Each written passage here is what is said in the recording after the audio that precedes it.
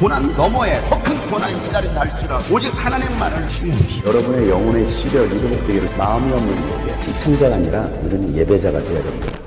샬롬, 복된 하루가 시작되었습니다. 오늘도 하나님께 주시는 위로와 평강이 여러분의 삶에 가득하고 끝까지 포기하지 않고 하나님의 말씀에 순종하며 믿음의 한 걸음씩 나갈 수 있는 여러분 되시기를 축복합니다.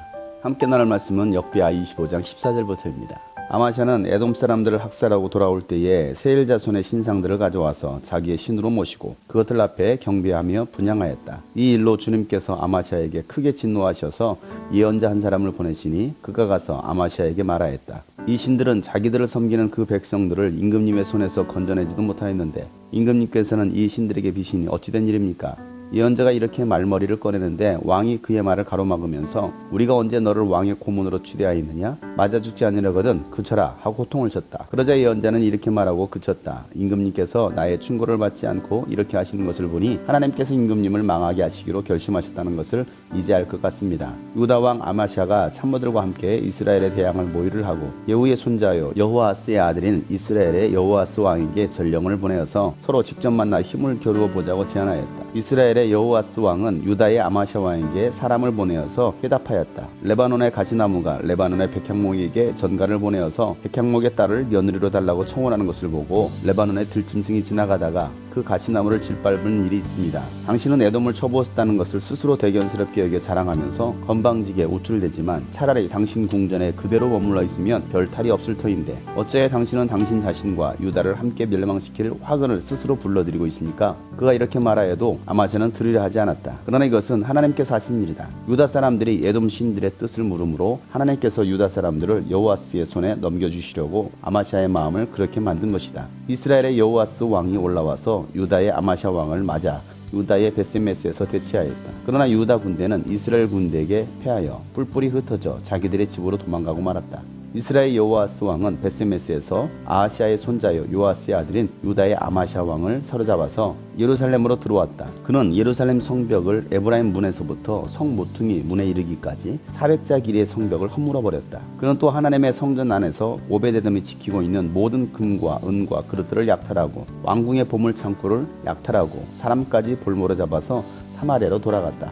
유다의 요아스의 아들 아마샤 왕은 이스라엘의 여호아스의 아들 요아스 왕이 죽은 뒤에도 15해를 더 살았다. 아마샤가 다스리던 기간에 일어난 다른 사건들은 처음부터 끝까지 유다와 이스라엘의 열왕기에 기록되어 있다. 아마샤가 주님을 따르다가 등지고 돌아선 뒤에 예루살렘에서 반란이 일어나자 아마샤는 라기스로 도망하였다. 그러나 반란을 일으킨 사람들은 라기스에서 사람을 보내어 거기에서 그를 죽였고 그의 죽음을 말에 싣고 와서 그의 조상들과 함께 다윗성에 장사하였다.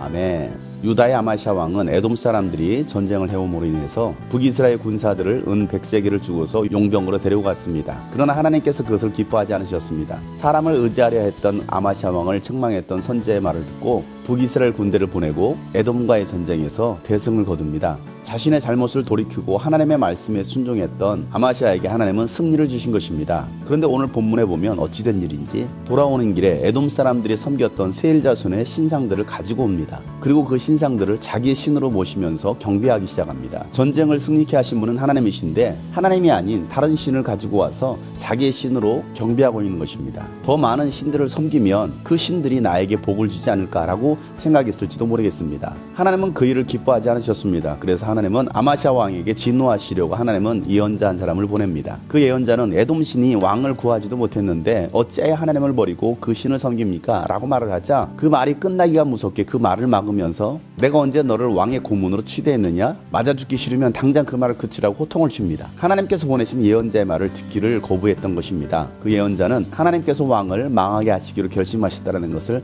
이제 알았습니다 하고서 물러갑니다. 아마샤 왕의 모습은 하나님의 말씀을 듣고 순종하는 것 같지만 어느새 자신의 생각과 세상신을 의지하고 그러한 것들을 따르는 것을 보게 됩니다. 아마샤 왕은 에돔과의 전쟁에서 승리하자 이제는 북이스라엘을 향하여서 대항하려고 모의합니다. 그래서 북이스라엘 왕에게 사신을 보내어서 전쟁을 선포합니다. 이 말을 들었던 이스라엘의 여호아스 왕은 에돔 전쟁에서 승리하더니 아주 교만해졌구나. 이제는 자신과 유다가 함께 멸망하려고 화를 불러들이고 있구나라고 화답을 보냅니다. 그래도 아마샤는 이 말을 듣지 않습니다. 아마샤가 그렇게 된 것은 하나님께 사신 일이었습니다. 그가 교만해지자 하나님은 그의 귀를 닫으시고 영적인 것을 보지 못하게 한 것입니다. 아마샤 왕뿐만 아니라 유다 사람들이 에돔 신에게 뜻을 구합니다. 하나님을 찾지 않습니다. 그래서 하나님은 아마샤와 유다 사람들을 이스라엘의 여호와스의 손에 넘기신 것입니다. 결국 유다 군대는 이스라엘 군대에 의해서 완전히 대패를 당합니다. 그리고 왕은 포로로 끌려갑니다. 그리고 예루살렘 성벽도 무너지고 왕실에 있었던 모든 금은부화도 다 빼앗깁니다. 아마샤가 그렇게 사마리아로 포로로 끌려갔지만 훗날 그는 예루살렘의 반란군에 의해서 그는 라기스에서 비참한 죽음을 당하는 최후를 맞게 됩니다. 하나님을 섬기는 것 같지만 하나님을 섬기지 않는 모습, 그 마음에 진정성이 없었던 아마샤의 모습이 오늘 우리들의 모습은 아닌지 한번 생각해 봐야겠습니다. 하나님 말씀대로 사는 것 같지만 여전히 세상의 것을 의지하고